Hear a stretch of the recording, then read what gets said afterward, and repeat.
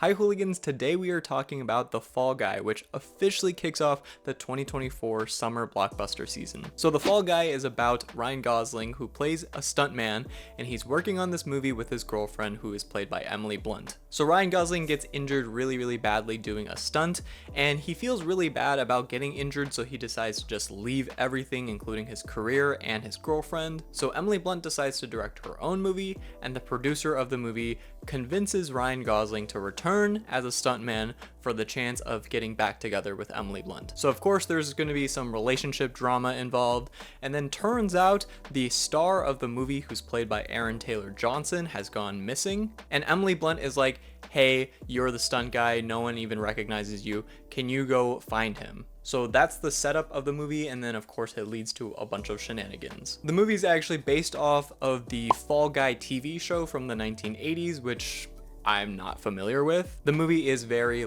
meta when it comes to Hollywood and how movies are made. I do hope maybe going forward this leads to the conversation of when stunt actors will be included in awards categories for the Oscars and the Emmys. But when it comes to my overall thoughts on this movie, it's fine. It's made by David Leitch, who pretty much has a set formula for his movies at this point. There's always some kind of mission that the characters go on, and then it goes into a lot of action and comedy.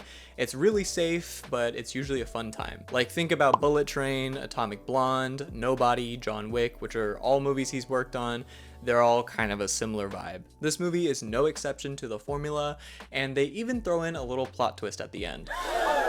But for anyone who's ever seen a movie, you can probably predict how the twist will go. One really good thing about this movie is that it has a great soundtrack. There's even a Taylor Swift song in it, so all you Swifties, I'm sure you'll be happy about that. Alright, let's talk about the actors themselves. First of all, Ryan Gosling, this is very much his movie.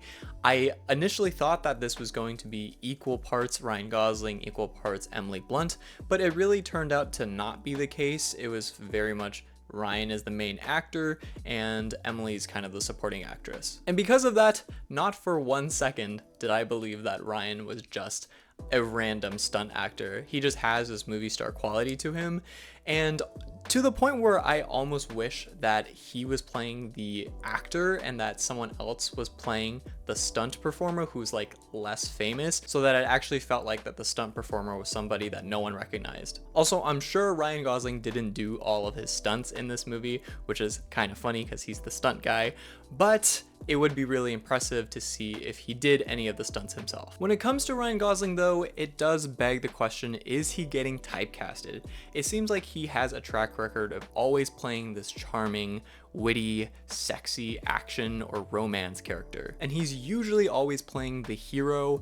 I mean, unless you count Ken, but I'm not really counting that as the villain. I would love to see him play someone who's actually crazy evil. I think it's actually kind of interesting that he shares a pretty similar track record as Ryan Reynolds, although I do think Ryan Gosling is the better actor. I mean, if we go through his portfolio, some examples include Driver, where he also plays a stuntman, The Gray Man, The Nice Guys, Blade Runner. They all have a very similar energy to them. I mean, I loved him in Barbie and I loved him in La La Land, which I still think to this day is his best role. And it's kind of funny because at the end of The Fall Guys, he actually gives a speech that's almost the exact same speech he gave at the end of La La Land. But I just kind of want to see him play something that's completely different from what he's done in the past. I would love to see him go the A24 route, do some really artsy movie, have a really crazy role, and maybe finally get himself an Oscar. Does he have an Oscar? I don't think so. But hey, not all actors, have to get an Oscar, I guess. I mean, look at Dwayne "The Rock" Johnson. He's very successful, right? And he always plays the exact same characters.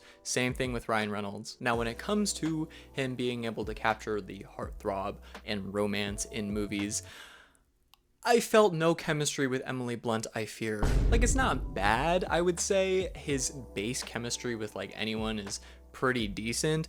I was just not convinced that he would do all of what he did in this movie to try to save this relationship. I was like, this feels forced, especially if you compare his on-screen chemistry with Margot Robbie in Barbie, or even Emma Stone in the various movies that he was in. Now, speaking of Emily Blunt, it looks like she had fun doing this movie. It definitely was not a standout performance for sure, But I also don't think it's really her fault. I think the writing for her role was just very, very shallow. I think the highlight for her in this movie was that, you know, she was directing this movie and it was kind of a metaphor of her relationship with Ryan Gosling. And there was a joke where she was talking about, oh, should I include a split screen in my movie? And there was literally a split screen happening on screen, so that was pretty funny. But basically most of the movie she just is the worried / depressed girlfriend until the third act, which she does do a lot more there, but by then I was like kind of checked out of the movie already. Some other notable actors in the movie: Aaron Taylor Johnson. He didn't get to do that much. He also was kind of relegated until the second half of the movie. I will say, because he was playing the actor that Ryan is playing the stuntman for, they looked really, really similar. Whenever they would jump between Ryan and Aaron, I was like sometimes getting confused who was who. I do wish he got to do more in the movie, and I will say his character's motivations kind of made no sense, and you will know what I'm talking about if you've already seen the movie. A few other shoutouts include Hannah Waddingham. Is that how you say it? She plays the producer of the movie. She did a good job. There's also Winston Duke. He played the stunt coordinator. There's also Stephanie Sue, who I love, but she was basically a cameo, and I'm really sad about that. The action scenes were also pretty good. I feel like David Leitch usually does a good job doing these. A few scenes that stood out to me include this one fight scene where it was in the dark and there was a bunch of neon colors and glow in the dark effects. That was pretty cool. Of course, in any action movie, there's always an obligatory car chase scene.